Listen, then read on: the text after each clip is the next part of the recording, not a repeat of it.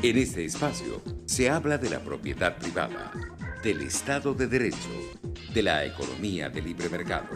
Se habla de principios y funciones de la libertad en todos los ámbitos de la vida nacional. Aquí se habla libertad. RCR presenta Aquí se habla libertad con Víctor Maldonado. Penso che un sogno così non ritorni mai più. Mi dipingevo le mani e la faccia di blu. Poi d'improvviso venivo dal vento rapito e incominciavo a volare nel cielo infinito. Volare, oh, cantare, oh, nel blu dipinto di blu, felice di stare lassù. E volavo, volavo felice più in alto del sole. Del año 2023, aquí se habla libertad al fondo. Domenico Moduño con una canción espectacular que está en la memoria colectiva de muchos de nosotros, Volare. Hoy día que los católicos celebran a San Pascual Bailón, religioso franciscano del siglo XVIII. Gracias a todos los que se conectan por rcr750.com, por las redes sociales @rcr750. A nuestro invitado muy especial, Pablo Aure, @Pablo Aure en Twitter. En mi caso, @BJMC. Gracias a todos los que buscan la señal de Radio Caracas Radio en TuneIn, buscándolo así, Radio Caracas Radio. Un fuerte abrazo a toda la comunidad del chat de YouTube en nuestro canal RCR750 en vivo. Saludos a don Pedro de Armas y a María Macei, que ya están en primera fila de nuestro chat. Por favor, suscríbanse al chat y al canal de RCR750 en YouTube y denle like a nuestros programas. Gracias a Jaime Nestares en la dirección general de la estación, a Catherine Manzano en la gerencia de producción y en la producción de este programa, a don Julio Pinto, el MacGyver de los controles. Hoy, Julio, escuchamos la canción. Tienes 20 puntos. A Génesis Rodríguez en la producción de contenido. Y bueno, tenemos el inmenso placer de estar hoy con Pablo Aure, abogado, profesor universitario, secretario titular de la Universidad de Carabobo, exdecano de la Facultad de Ciencias Jurídicas y Políticas de la misma universidad, pero sobre todo un ciudadano preocupado, no ahora, desde siempre por la salud democrática del país y también, digamos, atento a esta vivencia totalitaria que muchas veces ha pagado con eso que en este programa llamamos soledad institucional. Bueno, porque no es fácil tener posiciones, no es fácil muchas veces ir a contracorriente y eso se paga y de esos costos sabe Pablo Aure. @Pablo Aure, recuerden, en Twitter. Y voy a leer una reflexión que él dejó anoche, porque yo tenía la necesidad de hablar hoy precisamente del tema. O sea, nosotros no podemos seguir jugando a la alucinación de creer que este es un país normal y de que vamos a recibir un país normalizado, sino que tenemos la obligación moral y política y ciudadana de reflexionar sobre eso que eventualmente podríamos recibir. Y es lo que se llama marco institucional. Y entonces Pablo Aure dice en su cuenta de Twitter lo siguiente: pensar y presentar programas de gobiernos para la primaria en este momento es absurdo porque no estamos en un país normal. Aquí no hay Estado de Derecho. En lo primero que nos debemos enfocar es en el cómo asumir el cargo de presidente, en cómo gobernar y en cómo reinstitucionalizar el país. Es necio pensar que será muy sencillo instalarse en Miraflores. El próximo presidente debe ser capaz de unificar las fuerzas ciudadanas, convencer y tener también el apoyo para ver cómo Carrizo se logrará legitimar Es irresponsable, por lo tanto, hacer ofrecimientos sin antes explicar cómo se gobernará con los poderes públicos en contra. Necesario hablar con la verdad. Y bueno, y por allí sigue, por supuesto no lo voy a leer todo porque él está aquí presente con nosotros. Bienvenido, Pablo Aure. A mí me preocupa el marco institucional. Me preocupa una oferta política que además no hace un inventario de los problemas urgentes. Me preocupa esa proyección hacia un futuro luminoso, pero que no considera el presente que efectivamente tienen que resolver. Y entonces yo quiero oír de ti mismo, pues la reflexión que tienes al respecto.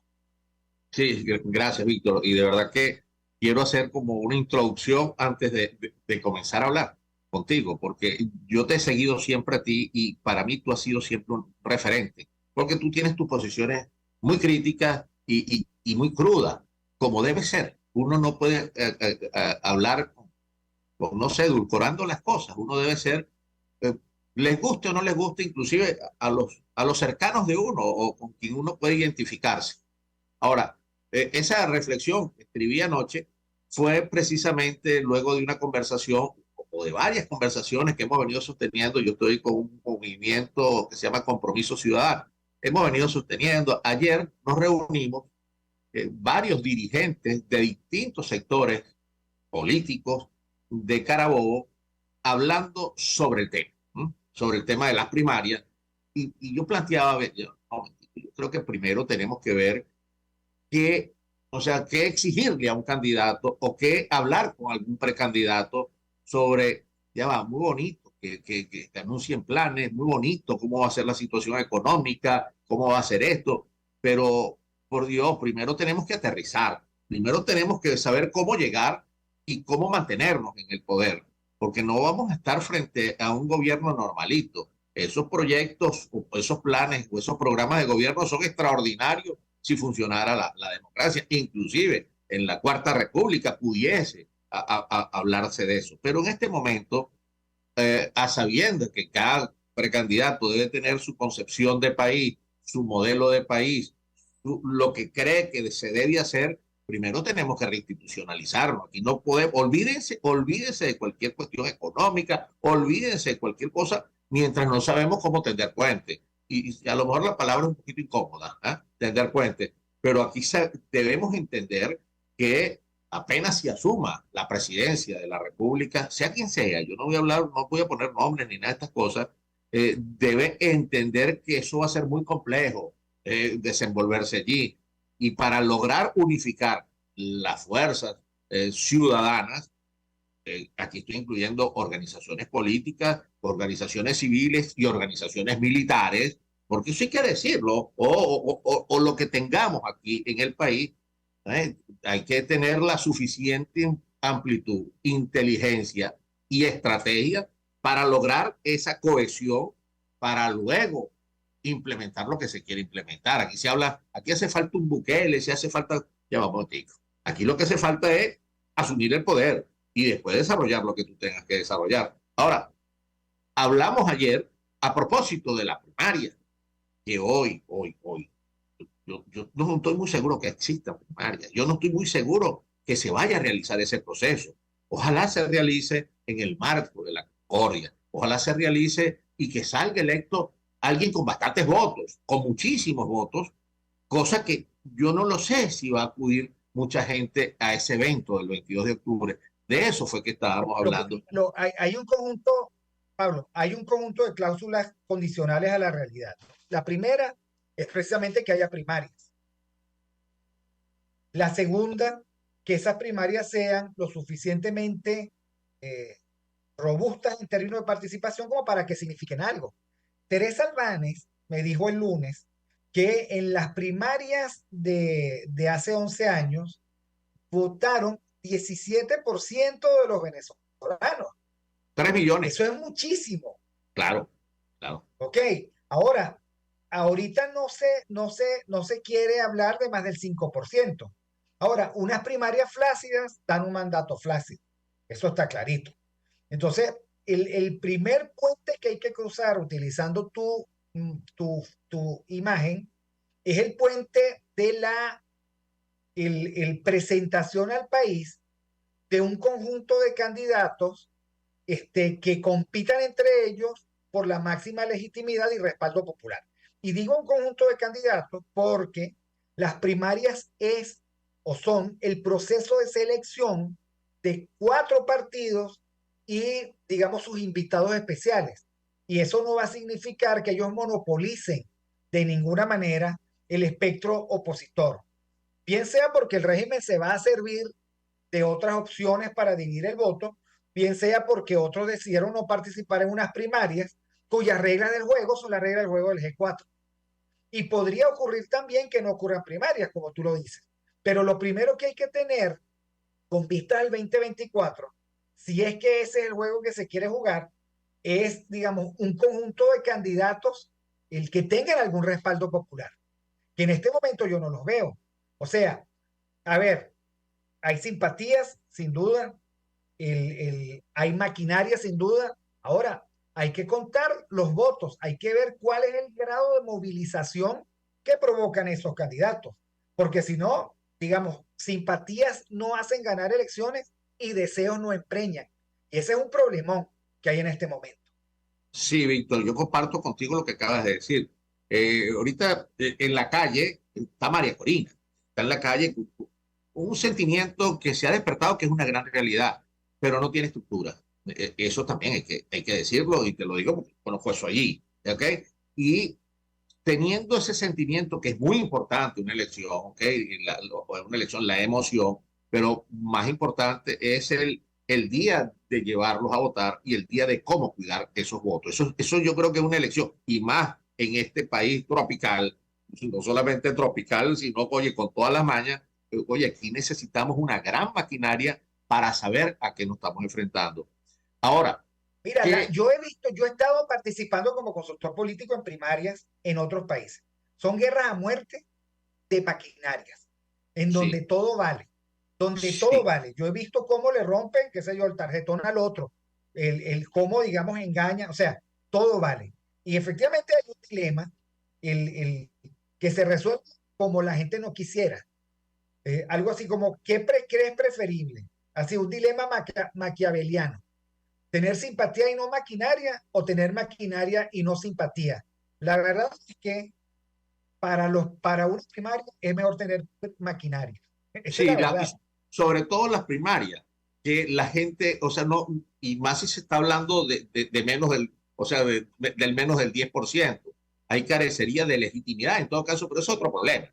En todo caso es si se aceptan las primarias como tal y ojalá se acepten, allí el que tenga maquinaria y el que tenga poder de movilización y el que tenga recursos, ese es el que va a triunfar, lamentablemente, porque eso la emoción no es muy propia de las primarias, no es muy propia de las primarias.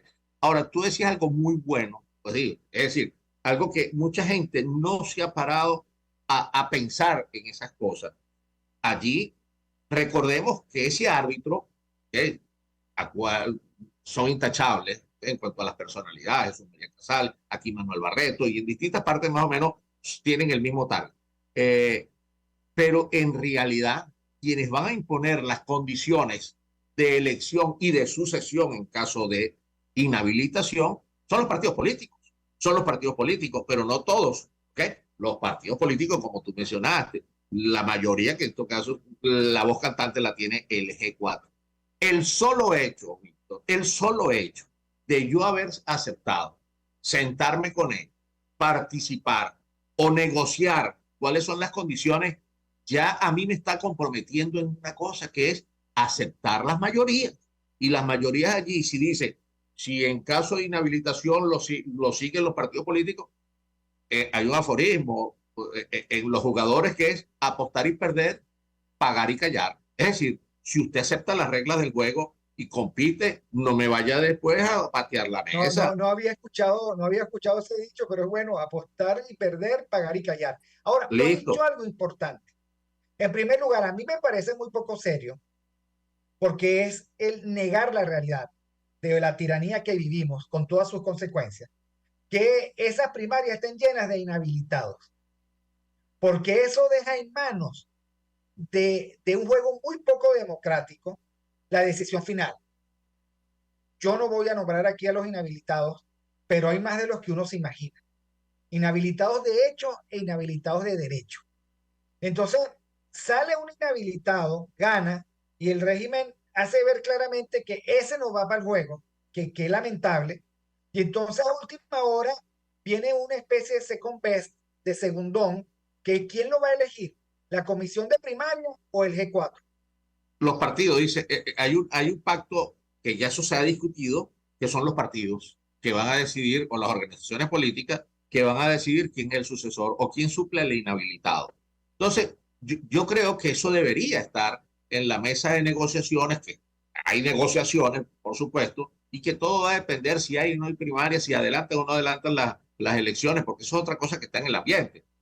Depende de las negociaciones que no la están llevando ningún representante de nosotros, sino los que se pusieron de acuerdo para conversar con el régimen para ver en qué condiciones presentarse. Y yo creo que el tema de las inhabilitaciones, el tema de los presos políticos, el tema de la liberación del dinero que supuestamente le corresponde al gobierno, eso está en el tapete. ¿Okay? Bueno, veremos qué pasa en esas negociaciones y veremos en qué panorama, o mejor dicho, en qué escenario nos vamos a enfrentar. Yo estoy totalmente de acuerdo que aquí, y siempre lo hemos dicho, mire, porque a veces me critican, porque dicen, pero bueno, ahora sí vas a votar y antes no, porque yo he utilizado las dos herramientas, votar y no votar. Es decir, las dos son herramientas válidas para luchar contra un régimen, siempre y cuando tengamos otras acciones que acompañen la abstención o la votación. Yo en este momento, Víctor, y lo digo con mucha franqueza,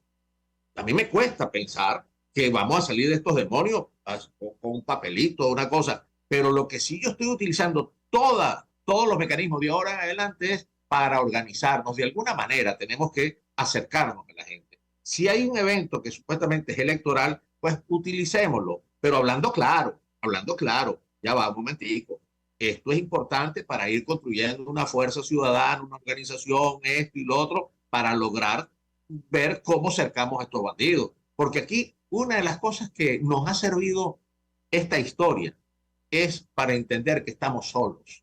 Porque no, cuando digo estamos solos, literalmente estamos solos los venezolanos con este paquete.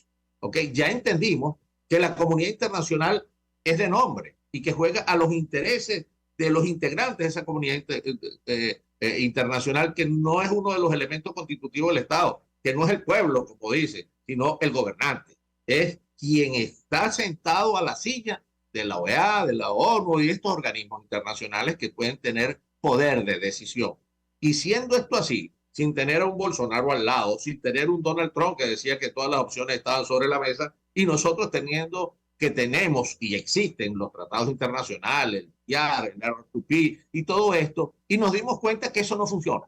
Bueno, entonces, vaya, vamos a ver cómo lo Bueno, hacemos. pero hay que decir, Pablo, también que nos dimos cuenta que la oposición política tiene entre sus rasgos más característicos la falta de coraje, la connivencia con el régimen, eso que yo llamo la opolaboración, y que esa opolaboración aprendió a vivir a la sombra del régimen, es parte del régimen con el rol de supuesta simulación de lucha y por lo tanto los primeros que llegaron a negar cualquier tipo de presión adicional de parte del exterior fueron los venezolanos líderes políticos, Julio Borges, Leopoldo López, su muñecón Guaidó, todos con excepción de María Corina Machado, hay que decirlo, que sin embargo se prestó a darle vigencia a un parlamento espurio intervenido por el G4, que al final, digamos, se organizó para recibir los fondos liberados del Banco Central de Venezuela en el exterior y cada diputado, bueno, engordar a la sombra de los ingresos que recibieron en dólares, que son por miles mucho más grandes que el promedio del ingreso de los venezolanos. Con todo lo inmoral que eso signifique, y allí nadie se negó, porque hay que decirlo clarito, Pablo, la moral les llegó hasta la tapa de la barriga a todos, incluida la fracción 16J, y tú lo sabes. Entonces, ¿cómo es que vamos a decir que es el exterior? No, aquí se negó cualquier posibilidad. Y otra cosa, Pablo, afuera decían, pónganse de acuerdo, porque ustedes son muchas llega hoy uno y dice una cosa, llega mañana otro y dice otra, en la próxima semana llega otra comisión y dice otra cosa. Ustedes son Babel, el caos absoluto. Y de eso tienen responsabilidad los que hoy nos quieren invitar a unas primarias, simulando una contrición que la verdad es que yo no les veo, porque son los mismos. Manuel Rosales, Julio Borges, Capriles, o sea, los mismos, Leopoldo López, Juan Guaidó, su muñecón Superlano, o sea, los mismos, Delsa Solórzano. ¿Cómo vamos nosotros a Delsa Solórzano, que fue el voto que faltó para renovar el CNE desde el Parlamento del 2015? No, y la que no votó para condenar a este señor que vino Zapatero, ¿no te acuerdas? Me abstengo. Exacto. Bueno, eso no, yo recuerdo cuando yo, o sea, estuve de acuerdo inclusive con, no sé si relegitimar o extender el periodo, pero con mis dudas, inclusive creo que tuvimos una pequeña conversación o unos pequeños mensajes donde tú estabas en desacuerdo y yo te decía, bueno, yo espero que esto sea para algo así. Y Rosa, total, el tiempo te dio la razón, fue a ti y a mí no. Pero esto es un aprendizaje, como decía Facundo Cabral, de la cuna a la tumba es una escuela. Esto es lo que estamos viviendo. Uno no se cansa de aprender y de ver cosas. Ahora, por eso es que yo utilizo, y perdona que estoy utilizando la primera persona, estos mecanismos, lo que estén proponiendo para acercarme a la gente, porque la gente no cree en nadie. La gente ha perdido el interés por la política. Entonces hay que involucrarse para ver cómo Carrizo desplazamos a estos personajes que siguen estando allí, pero siguen estando allí por nosotros también. Porque cuando digo por nosotros, vamos a generalizar, porque no hemos sabido llevar un mensaje distinto o que pueda enamorar a esas personas que siguen, que no están muy convencidas tampoco, pero es lo que hay, dirán. Esto es lo que tenemos y vamos a ver cómo hacemos. Vamos a escoger el menos malo o con el que creo yo que está hablando Maduro, y con eso es otra cosa que es algo. Hay gente que dice cosas, arranca aplausos, porque dice cosas que a la gente le gustaría escuchar, pero de los aplausos y a lo que se dice dista mucho cómo poderlo hacer. Entonces, muchas veces uno dice algo, algunas cosas, incomoda de momento, no sea pájaro de mal agüero. Me pueden decir, no viejo, yo no soy pájaro de mal agüero, yo lo que estoy diciendo es, vamos a poner los pies en la tierra. Por ejemplo, Víctor, yo estoy muy de acuerdo con que vote la diáspora, o mejor dicho, quienes están en el exilio, no de vacaciones, sino que se fueron huyendo, buscando mejor. Yo estoy muy de acuerdo. Pero venderlo como una victoria de que votan en primaria la gente que está en el exterior, 72 ciudades, no sé cuántos países, mira, eso no está bien venderlo como una victoria, porque una victoria es cuando hay una confrontación. Y la confrontación era con la Comisión Nacional de Primaria, ¿será? Que no quería dejar que votaran, porque lo que autorizó la Comisión Nacional de Primaria fue una aplicación para que puedan votar personas que estén inscritas y estén en el exterior. Ahora, eso pareciera una oferta engañosa, porque votan en la primaria, pero no van a poder votar en las elecciones presidenciales, porque de acuerdo al RE, son 107,000 personas nada más que están en el exterior. Ahora, ¿qué debo yo decir? Mire, viejo, eso está muy bueno. Aplaudo eso, que voten allá bien bueno. Pero por Dios, vamos a preocuparnos primero por los 3 millones y tanto de venezolanos que cumplieron ya 18 años de edad entre el 2021 y el 2023 y están aquí mismito. En Rafael Urdaneta, en Miguel Peña, en Santa Rosa, en Candelaria, digo, en distintas parroquias de aquí de Carabobo o en las parroquias allá de Venezuela, en toda Venezuela, y nos estamos preocupando más por Alabama, por Washington, por Toronto, Canadá. Por Dios, vamos a ocuparnos de aquí el patio. ¿Qué nos pasa? ¿Qué nos está pasando?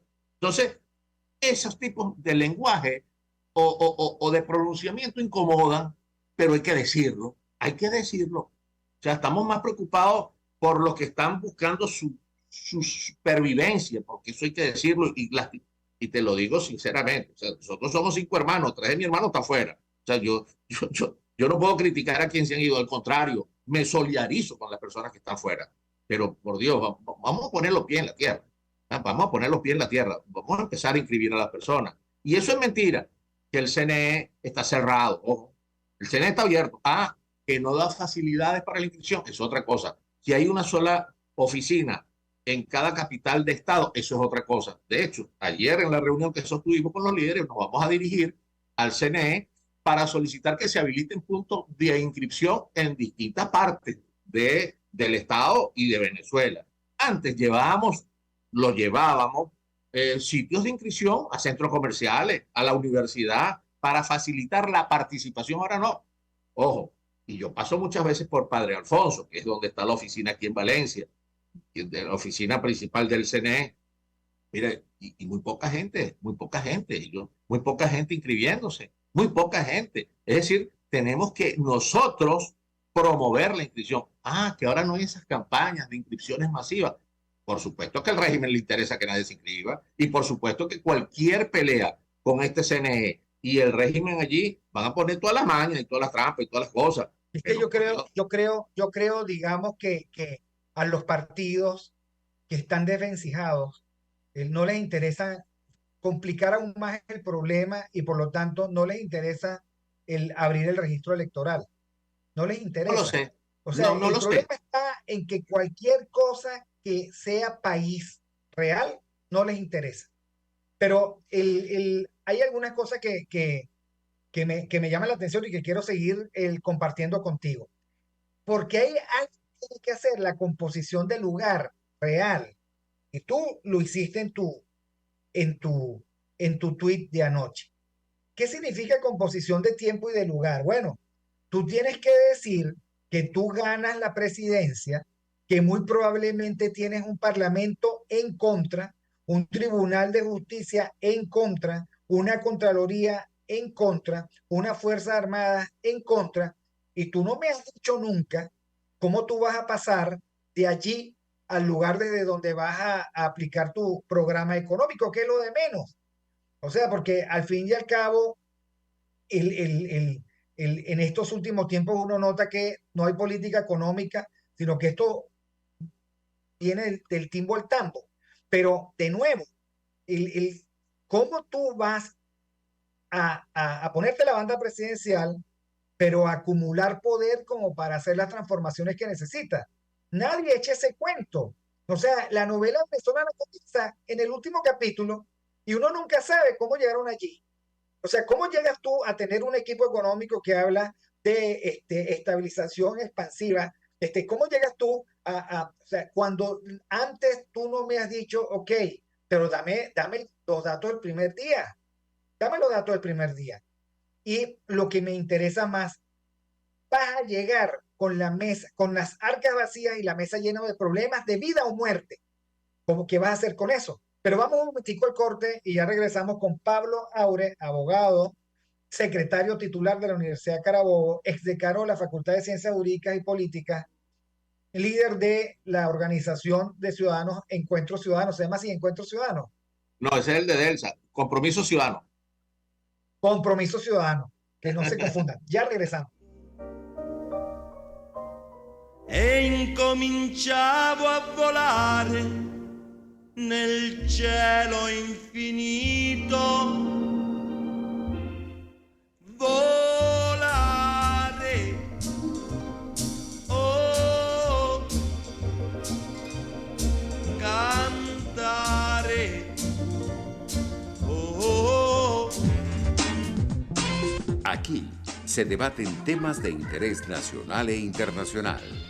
Aquí se habla libertad con Víctor Maldonado, solo por RCR.tv, la radio que se ve. Puedes seguirnos en nuestras redes sociales, en Twitter, @RCR750, la radio que se ve.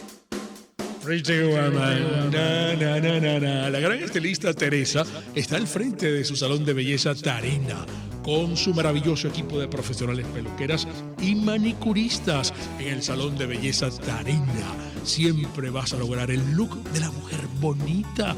Está en la planta alta del Centro Comercial Galerías Prados del Este.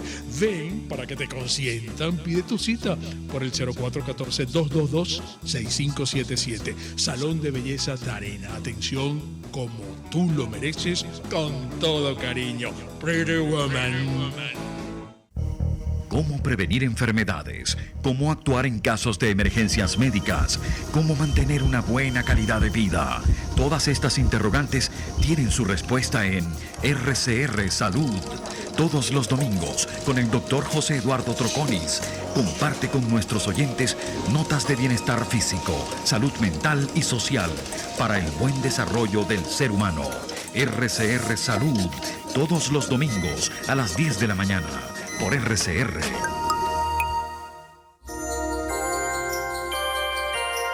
Saludos a todos los oyentes de Radio Caracas Radio. Les habla Rocco Remo y quiero invitarlos de lunes a viernes a las 6 de la mañana a la guía astrológica. Los espero con las posiciones de la luna y los planetas. Y también los sábados a las 2 de la tarde, hora de Venezuela, la guía astrológica. Un programa completo dedicado de 1 hora a todos los signos, los planetas y los astros. Solo por RCR y RCR.tv. La radio que se ve. RCR 750 AM. Porque lo bueno une.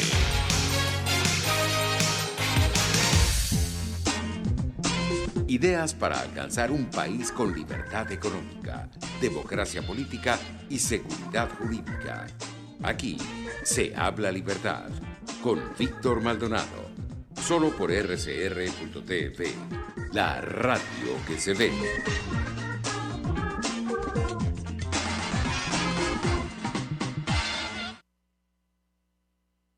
Continuamos con Aquí se habla libertad. Este miércoles, día 17 de mayo, por un invitado muy especial, Pablo Aure, secretario titular de la Universidad de Carabobo. Te voy a proponer una imagen, Pablo. Hay elecciones en la Universidad Central de Venezuela. Creo que no son elecciones en todas las universidades, sino solo en la Universidad Central de Venezuela. Hay candidatos. Pero a mí me parece eso como un cambio de jaula. Por supuesto, parece que han arreglado parte de la infraestructura física de la universidad. Los candidatos prometen unas cosas insólitas, pero al final la relación sigue siendo la misma, de falta de autonomía, de déficit presupuestario, de mal pago a los profesores y sí hablan además en el CNU, se quieren mucho, ¿no? Y me imagino que a la venezolana se darán palmaditas en la espalda, etcétera, ¿no? Está la Verú, todo ese cuento que tú debes conocer mejor que yo, pero eso no cambia nada. ¿Qué cambia? ¿Qué cambia para el sistema de universidades autónomas? Importante lo que acabas de decir, pero voy con lo que dejaste en el aire para entrar con el tema de la universidad. Cómo gobernar con todos los poderes en contra. Y quien llegue allí tiene que saber que tiene la Asamblea Nacional en contra y cualquier ley de presupuesto nacional debe pasar por la Asamblea Nacional para que se apruebe. O si no, irse al TSJ en sala constitucional, cosa que ya sabemos que va a pasar. Es decir, esto es algo ficticio, utópico, algo que se pueda lograr, hacer las cosas sin tener no un entendimiento, al menos cómo resolver ese caso en las primeras de cambio. Voy al tema de la universidad. Víctor, cuando se planteó la reforma por Chávez de la Constitución, se planteó reformar el artículo 109 de la Constitución, ¿ok? Y nosotros dijimos que no, una de las pocas elecciones que hemos ganado aquí con este régimen. Pero ahora se acordó cambiar el reglamento, luego de estar luchando bastante tiempo en el Tribunal Supremo de Justicia por habernos suspendido las elecciones, porque ellos querían el régimen que ajustáramos el reglamento de acuerdo a sus condiciones. ¿Qué pasó allí? Como una transacción, se modificó el reglamento electoral y se le da participación a los que el gobierno quiere que se le dé participación. Te voy a decir, yo estoy totalmente de acuerdo con cambiarlas a las autoridades bajo un mecanismo idóneo. Yo estoy totalmente de acuerdo que ya nosotros tenemos demasiado tiempo en el ejercicio de nuestros cargos. Y yo soy republicano. Cuando digo soy republicano, la república se caracteriza por la alternancia en el ejercicio del poder. Y a mí se me pasó todo el tiempo para ocupar todos los cargos en la Universidad de Carabobo. Bueno, fui director de escuela, fui decano, he sido secretario, he podido ser vicerrector, he podido ser rector, o sea, durante el tiempo, ¿no? Yo creo que ya yo no voy a aspirar a ningún cargo en la universidad. O sea, quiero decirte esto para entrar a decir que nada va a cambiar. Siempre digo aquí, cualquier candidato a lo que sea que esté haciendo ofrecimientos está engañando a la gente. Está engañando a la gente porque estamos supeditados a los caprichos, sus arbitrariedades del régimen. ¿Que han embellecido la universidad? Sí, porque hay un programa universidad bonita, algo así, o universidad bella. ¿Y quién las destruyó? No se destruyó porque precisamente el presupuesto era insuficiente. ¿Quién? Tú le preguntas a cualquiera, a un obrero, a un administrativo o a un docente, ¿qué quieres tener tú? ¿Una universidad con la grama, con los jardines bien pintaditos y los techos bien? ¿O quieres tener HCM? ¿O quieres tener un buen sueldo? Tienes que tener un buen bono, puedes hacer cosas, te puedes especializar en el extranjero. Entonces, no va a haber duda en que la gente va a querer un mejor salario y después, por supuesto, embellecer las cosas. Aquí cualquier profesor, ¿qué profesor? Cualquier trabajador universitario se enferma, viejo, una enfermedad que puede ser curable, es preferible que vaya apartando su parcela en el cementerio, eso sí, por supuesto, rezar, ¿ok? Para que no... esa es la realidad que está actualmente. Entonces, ¿qué estamos haciendo? Eligiendo nuevas autoridades. No te en No me, este momento, Pablo. qué lástima, porque debe ser que está fallando el internet. ¿Me estás oyendo o no? Se debe haber ido el internet. A ver si contacto con Pablo Aure, porque ando precisamente la sección en este momento en la universidad. ¿Me oye? Ahora sí, te estoy volviendo a escuchar. Ok. Ok. No sé, no Y sé ahora dónde sí te quedé. escucho. No sé dónde quedé o hasta dónde me escuchaste. Lo cierto. No, bueno, tú estabas diciendo precisamente que hay unas enfermedades que a cualquier profesor, empleado, obrero, los mata cuando no debería matarlos, simplemente porque no hay la infraestructura mínima de respaldo y apoyo, ¿no? Así es. Entonces, oye, yo creo que lejos de estar ofreciendo elecciones, lo que tenemos que estar ofreciendo cómo lograr una fuente de financiamiento de las universidades distinta a depender del gobierno. Es una discusión que se ha venido dando durante mucho tiempo, que nosotros inclusive nos hemos acostumbrado y hemos sido los responsables, las universidades, porque ya no se nos ven como proactivos, sino precisamente esperando las dádivas de un gobierno. Nos ha dado miedo quizás porque pensamos que esto no iba a llegar nunca en algún momento y llegamos a esto. El gobierno hace y deshace lo que le provoca con las universidades. Nos ha faltado ese ímpetu de cónchale, de protestatario, ese ímpetu de verdad, de ser irreverentes inclusive ante políticas de quien sea, de las autoridades, propiamente dicho, de las universidades, o por supuesto, los universitarios siempre hemos sido antigobierno, por Dios, siempre, siempre, siempre, históricamente. Ahora no, ahora nosotros tenemos que estar, cuidado con cosas, no digas esto porque si no, no nos mandan las cosas. ¿Qué nos van a estar mandando, viejo? ¿Qué no? Y por supuesto que eso influye en muchas cosas. No es nada más la universidad. Vámonos por el sistema educativo. Nosotros recibimos muchachos distintos a lo que nosotros solicitamos. Cuando digo distinto, nosotros necesitamos capacitados para estudiar en las distintas facultades y nos mandan estudiantes sin haber visto física, química, matemática, inglés, lo que sea. Entonces, tenemos que ajustar. ¿Que ha disminuido el nivel? Sí, lo ha disminuido. Vamos a decir que es verdad, ha disminuido precisamente por todas estas cosas, porque es una enfermedad que viene desde abajo. Ah, ok. Que tratamos de hacer lo máximo en la universidad para que salgan lo mejor preparados. Eso es correcto también, es correcto, pero no esperemos que salgan mejor preparados que hace algunos años atrás, cuando teníamos laboratorio, teníamos todo esto, teníamos todos los mecanismos. Pero yo creo, Víctor, que nos ha faltado. Bueno, porque el país también se ha deteriorado mucho, porque es mucho talento que se ha ido. Y claro, porque tampoco se puede pretender que los profesores, no sé, por $5, $10, $30, dediquen, mira, o sea, ¿cómo tú te compras un libro? ¿Cómo tú pagas el internet de tu casa? ¿Cómo tú tienes acceso al mundo de la información? ¿O cómo vas a la universidad? ¿Cómo te compras la lonchera para poder comer ese día? Ahora, ¿no crees tú que ha llegado el momento de que no te oí?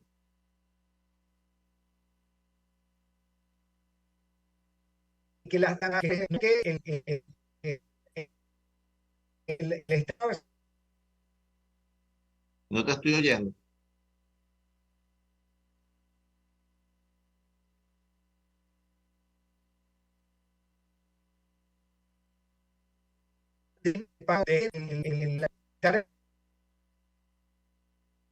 deporte.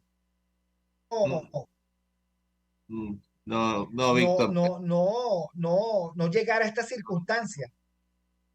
A no ver, te te escucho, Pablo. Sí, no te escuché nada a ti, pero te voy a decir algo. Ajá. Nosotros, en buena medida, nosotros, los universitarios, hemos sido responsables de lo que nos está pasando. Y lo estoy diciendo, fíjate tú, yo soy autoridad y lo estoy diciendo, porque cuando empezaban las luchas, ¿ok? Universitarias, los universitarios nos hacíamos sentir porque no nos pagaban tal cosa o porque en el comedor no había comida. Entonces la gente decía, oye, al menos tienen comedor y al menos algo le pagan. Nosotros perdimos como ese contacto en algún momento con las comunidades. Y ahora que necesitamos a las comunidades tienen también sus propios problemas. Entonces es difícil unir las luchas entre comunidad, universidad, gremio, porque cada quien tiene sus propios problemas. Ahora, todo esto, cuando pasemos de la transición y cuando se reinstitucionalice el país, yo creo que tenemos que ir a una reforma verdadera de la universidad, del sistema educativo universitario, porque aquí no, yo creo que ya esto cumplió este modelo educativo o de universidad. Ya este modelo, algo falló al principio, por allá, por los años 60, 70, pues la última ley de universidades tenía sus beneficios, muchos. Era un privilegio ser profesor universitario o empleado. Eso era algo que daba prestigio no solamente, sino también estaba bien remunerado porque la universidad era muy bondadosa con quienes se dedicaban a eso. Ahora, Víctor, los a dedicación exclusiva, eso es mentira que son a dedicación exclusiva porque no pudiera mantenerse. El de educación, ¿para qué se necesitaba la la dedicación exclusiva? Para estar siempre pendiente de la universidad, de la investigación, de la docencia, de la extensión, pero ahora no, tú no le puedes exigir a nadie que se dedique exclusivamente a la universidad porque se muere de hambre. Entonces, ya se ha llegado los gremios, creo que son todas las universidades autónomas, trabajar 2 días. Ya ahorita por allí, el 1 de mayo, dijeron ahora no son 2 días, sino un día. Es decir, o sea, bajaron a un día solamente a trabajar, pero son 2 días que se trabaja. ¿Qué universidad puede ser productiva con el personal trabajando 2 días? Pero es que nosotros también a veces no es que hacemos la vista torva, no, es que entendemos que ni siquiera hay dinero para pagar el pasaje y mucho menos va a haber dinero para comprar la medicina. Entonces entendemos que tienen que dedicarse a otras cosas. Punto. Ahora, Eso es una Pablo, realidad. tienes un problema. El presidente de la República se sienta en el escritorio de Miraflores y después de limpiarlo, echarle desinfectante, se encuentra con un déficit en el funcionamiento de las universidades brutal, con 3 millones de niños que no van a la escuela pero deberían de ir, con viejitos jubilados que se están muriendo de hambre, con el sistema hospitalario destrozado, con el sistema de seguridad social abolido, y por supuesto sin empresarialidad, sin posibilidad de empresar, con una fuerza armada que salen a hacer alcabalas para el refresco, con carteles de la delincuencia espectacularmente bien dotados y con una economía que funciona fundamentalmente con el lavado de dinero. ¿Por dónde comienzas? Porque además todo eso tiene poderes fácticos. Entonces, lo que yo quiero decir es que el presidente que llega va a tener que tener una estrategia para acumular poder y luego de acumular poder probablemente hacer algo de lo que prometió. Y decía Miguel Fontani con razón que el primer presidente de esa transición va a tener que ser muy humilde en sus resultados porque a él lo que le va a tocar es hacer un inventario de los problemas y por lo menos, no sé, priorizar aquellos que son más urgentes, que los viejitos no se sigan muriendo de hambre, que los niños vuelvan a la escuela. Así O sea, es. la cosa es así de dramática, ¿no? Total, por eso, oye, qué buena la palabra que diste. Tiene que ser muy humilde. Tiene que tener ese poder de unificar en lugar de apartar. Tiene que tener esa de saber escuchar y no saberse adular, porque eso, ahí es donde sobran los aduladores y tal. No, hay que ser muy sensato quien asuma la presidencia de la República. tú en el mismo orden me decías, por ejemplo, cómo resolver el problema de la universidad. Mira, en los gobiernos anteriores, cuando había algún problema, se convocaba a los rectores, a los decanos. Yo creo no, yo estoy convencido, cada universidad sabe cómo solucionar sus problemas, pero por supuesto necesita como autorización y recursos. Pareciera un contrasentido hablar de autorización y al mismo tiempo de autonomía. Autonomía solo está escrito en la ley y en la Constitución, pero la autonomía, ¿cómo puede ser un ente autónomo cuando ni o está pendiente que le manden los reales para poder cómo pagar? O sea, autonomía ni siquiera pagamos las nóminas. Autonomía cuando se pagan los bonos y estas cosas con el sistema patria. Autonomía cuando decretan un aumento, pero tiene que ser un bono de guerra. Imagínate tú, un bono de guerra para pagarle a los universitarios. O sea, es como una contradicción. O sea, todo es como la autonomía, eso es como la autonomía de los hijos de uno que viven en nuestra casa y dependen de la mesada para estudiar o para sí, salir con la novia. sí, entonces, fíjate tú el contrasentido, quien entendió lo que era la autonomía de verdad, a pesar de que este gobierno que es bolivariano, fue Simón Bolívar. Fue Simón Bolívar cuando donó su finca allá en Caracas con el decreto del Libertador, que se la donó a la Universidad de Caracas precisamente para que se financiara y pudiera bueno, darse sus propios recursos. Pero bueno, apartando ese tema, yo vuelvo a ese presidente con ese gran equipo para dirigir la transición, porque esto, nos guste o no guste, lo que va a venir es un periodo de transición donde van a reclamarle muchas cosas al presidente porque se confió en él y no se le va a poder cumplir. Ahí tiene que ver, por supuesto, tendrá que recurrir a organismos multinacionales para el tema económico, pero sobre todo con lo que existe aquí. Víctor, si estos sinvergüenzas que están ahorita en el poder, cuando eran, eh, cuando eran de la izquierda, porque ahorita no sé si son izquierda o no sé si son cosas, cuando estaban en las luchas armadas, desestabilizaban el país. ¿Eh?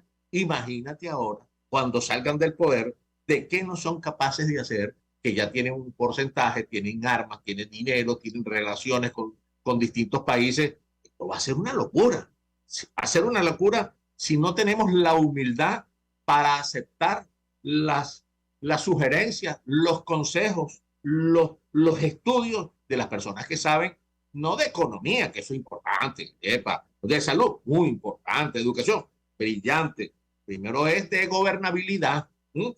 Cómo es, no solamente llegar, cómo mantenerte y cómo gobernar, cómo cuando empiece la gente a protestar porque no tiene agua, no tiene luz, no tiene esto, no le alcanza para los hospitales están, ¿cómo tú, qué plan tienes? ¿Qué plan tienes durante esos meses, esos 6 meses? Si no, vamos a ver a una Violeta y Chamorro en Nicaragua. Eso puede ocurrir. Eso es peligrosísimo, peligrosísimo si no hablamos con la verdad desde ahora. No después, cuando tengamos el agua ya en el cuello. No, hay que decirlo desde ese momento. Y parece mentira que no hayamos aprendido de la tragedia del segundo gobierno de Carlos Andrés, porque él, su campaña política fue una campaña de amplia oferta de bienestar. Y cuando llegó, hizo un programa de ajuste que llamó programa de ajuste, cuyos técnicos económicos vendieron como programa de ajuste, etcétera, etcétera, etcétera. Y la caída, por supuesto, de la legitimidad del país en la democracia y en su presidente terminaron en esta circunstancia que ya lleva 25 años. Entonces, yo creo que la gran moraleja de esta conversación contigo, y que agradezco muchísimo precisamente por tu tuit de anoche, es que casi que la petición a todos los que se dedican a la política es un poquito de humildad, un poquito de sensatez, un poquito de sentido común y un poquito de sentido de realidad. Todo eso lo mezcla y nos hace un caldo que podamos compartir los venezolanos, porque si no nos cuentan los primeros capítulos, es que tú tampoco te lo estás imaginando. Y si tú no te lo estás imaginando, porque aquí hay una especie de idolatría a los efectos taumatúrgicos del petróleo. Tú dices, ¿cómo? No, el petróleo. ¿Y cómo vas a resolver lo otro? No, el petróleo. Bueno, pero es que el problema en la política es la realidad. Y es la realidad marcada por los tiempos en que no resuelves problemas, por los tiempos en los que tú no tienes ninguna... Y si tú no tienes un discurso realista, si tú no construyes un liderazgo sobre la base de la verdad, a ti te van a tumbar. pero no los Ok. militares, el pueblo. Entonces, Bien. yo creo que eso hay que tenerlo muy claro y por lo tanto, el marco institucional del arranque es un marco institucional el que si los políticos no lo piensan es porque ellos no creen que van a ganar. Porque no se puede ser tan irresponsable como para no decir al país que antes de yo aumentarte el salario, primero tengo que llegar al poder y tengo que ver cómo hago en un barco que está hundido, que se está hundiendo, cómo hago para salvar eso que decían antes en tiempos más corteses, primero las mujeres y los niños. Esa es la desgracia. Lo que pasa, Víctor, es que todavía no hemos entendido que a la gente no hay que decirle lo que quieren escuchar. ¿Ok? La gente quiere escuchar que las cosas se le van a solucionar.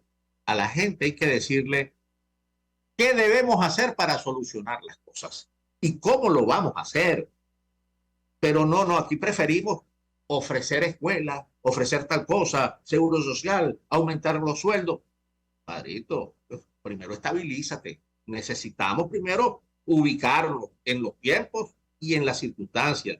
Alguien decía que los principios son principios hasta que se confrontan a la realidad. Ok, vamos a ver, yo desearía esto, pero una vez que estar allí, me acordaba cuando estabas hablando de la mezcla del cóctel que tiene que tener un presidente o alguien que llegue en la transición, que creo que se le atribuye a Gonzalo Barrio, que cuando hablaba de Carlos Andrés Pérez, que decía que lo que le faltaba era un poquitico de ignorancia. Entonces, la gente se cree que bueno, los candidatos, los gobernantes, a veces nosotros y abajo, si hacen una imagen de esa persona que va a llegar como que si fuera un mesías, ¿no? Están llenos de imperfecciones, todos nosotros, de defectos, como estamos todos nosotros. Aquí lo que tenemos que saber entender que somos capaces para poder dirigir una transición, porque este elenco, tú utilizas mucho esa palabra, este elenco de candidatos que se nos presentan, de verdad, no quiero hablar mal de ningún candidato, no voy a hablar mal de ningún candidato, pero es lo que queremos para Venezuela.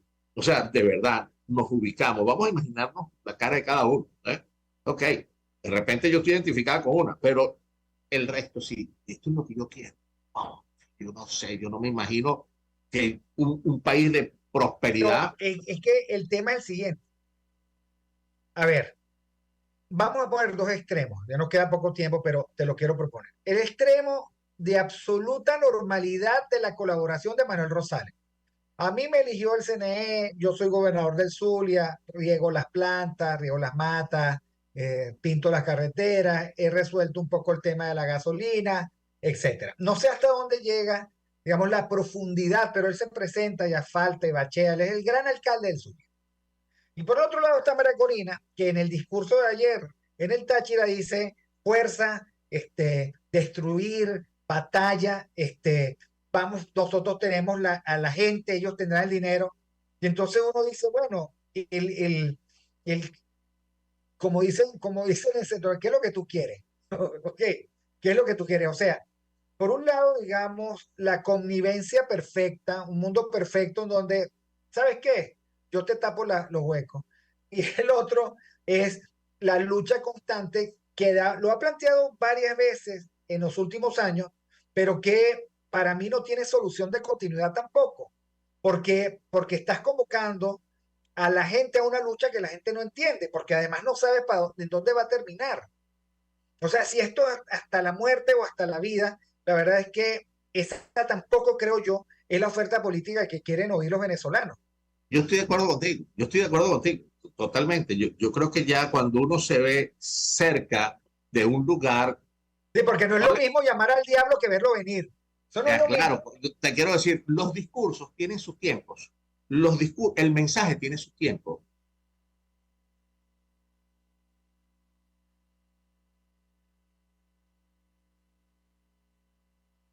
No Porque sé estamos, si te perdí. Ok, te perdí un minuto. Los discursos tienen su tiempo, decías.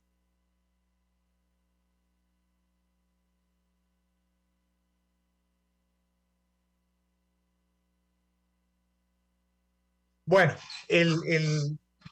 Pablo, estás congelado y no te oímos. Por lo visto, digamos, hubo un trancón. Pero bueno, yo creo que también nosotros ya estamos terminando. Pedimos disculpas. Hoy el día del internet no es el más feliz, en mi caso. Y bueno, gracias a Pablo Aure por la oportunidad de la conversación con él.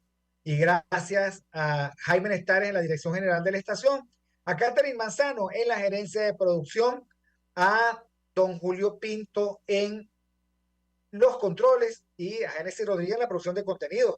Nos vemos. Penso che un sogno così non ritorni mai più.